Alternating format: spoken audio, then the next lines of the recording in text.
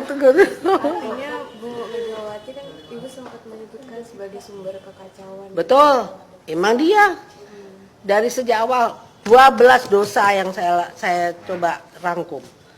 Terutama waktu dia menandatangani amandemen konstitusi kita. Penjualan BUMN. Banyak lagi itu.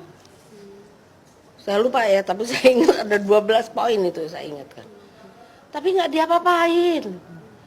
Hah?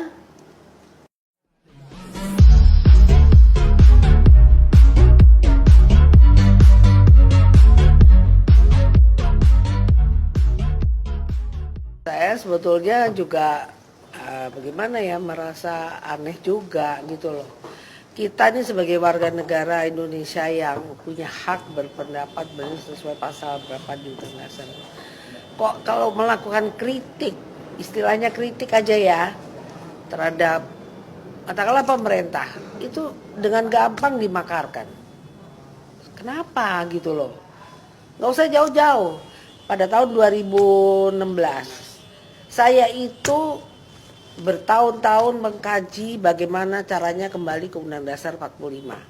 Karena saya orang yang mungkin yang pertama menolak adanya amandemen. Saya bikin tim waktu itu, dan waktu itu juga bersamaan lagi hebohnya 411 212. Nah, saya mau mengajukan testimoni ini ke MPR. Sudah bikin appointment sama Ketua MPR Pak Zulkifli. Saya mau mengajukan ini, intinya ingin agar supaya MPR ini bersidang untuk kembali Undang Dasar 45. Kok dimakarkan? Unsurnya di mana gitu loh. Nah, termasuk juga Pak, saya kira menurut saya Pak Kiflan, unsurnya makar itu di mana?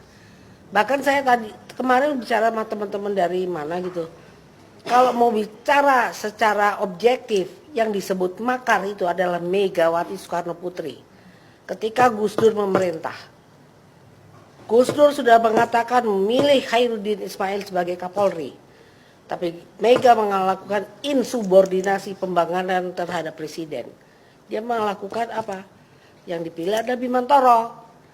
Kemudian dia pecah belah lagi TNI Polri. Moncongnya yang namanya waktu itu Jenderal Riamizar sebagai KSAD, saya ingat sekali karena saya ada di istana waktu itu sama Gus Dur. Itu moncongnya sudah diarahkan ke istana.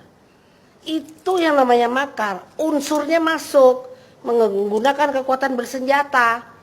Nah, sedangkan kami ini apa? Selama pengajuan untuk perubahan ketatanegaraan itu tidak bisa dipidana. Saya melakukan itu. Nah, itu kalau mau bicara tentang Pak Kiflan. Jadi saya juga bingung, kok dikit-dikit orang mau makar. Orang bicara people power makar. Itu hak kedaulatan rakyat. Masa rakyat harus bungkem ya, dengan keadaan kemiskinan, pengangguran, kita kena segala macam musibah yang namanya utang piutang begitu banyak sekali.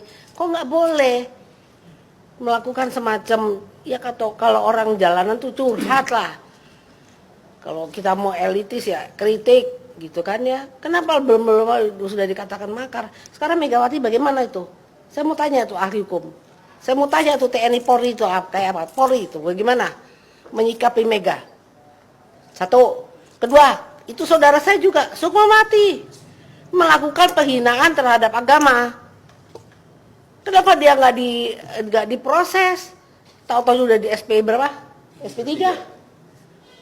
Coba mana keadilannya? Mana keadilan di dalam bidang hukum ini? Terutama ini Polri ini. Dua loh ini. Ini kebetulan saudara saya semua. Itu pertanyaan saya, tolong dijawab itu. Siapa yang berwenang di sini? Presiden boleh, TB 1 juga boleh.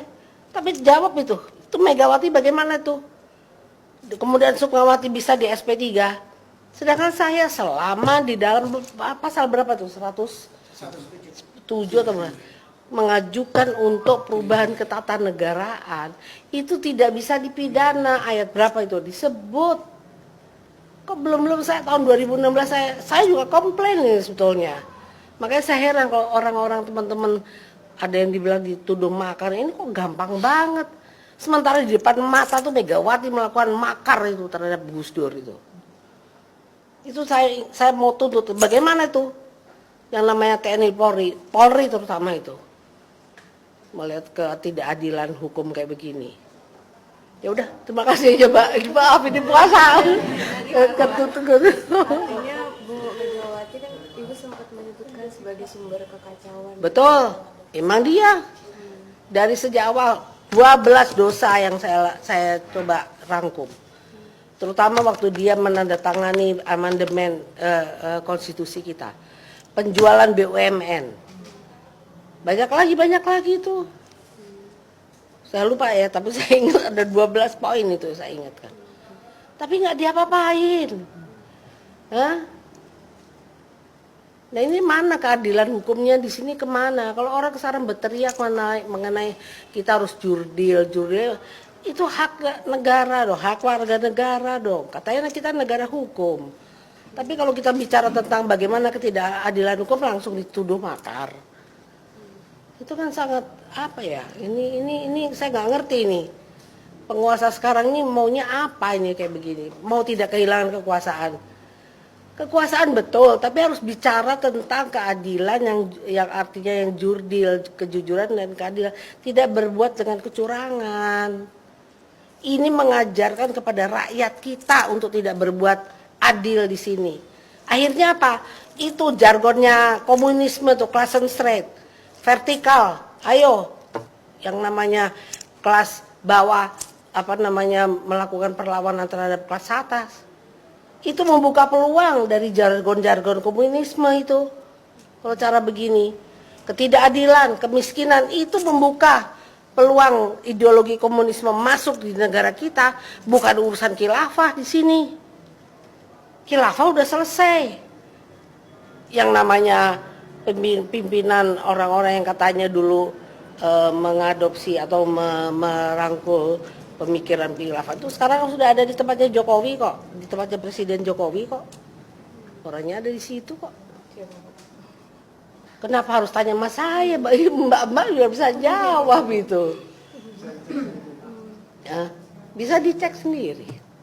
Tapi itulah, ini peluang masuknya ideologi lain. Jadi jangan bicara Megawati tentang Pancasila. Ketidakadilan, kemiskinan, pengangguran dan lagi sebagainya. Dan ini adalah buah daripada amandemen menjadi demokrasi kita liberal kapitalistik nih. Ini nggak sesuai dengan ajarannya Bung Karno. Bahwa dia sadar gitu, makanya saya bilang itu biang kerusuhannya itu Mega. Dan ini membuka peluang komunisme tumbuh subur. Ketidakadilan, kemiskinan itu ladang subur. Itu Mbak.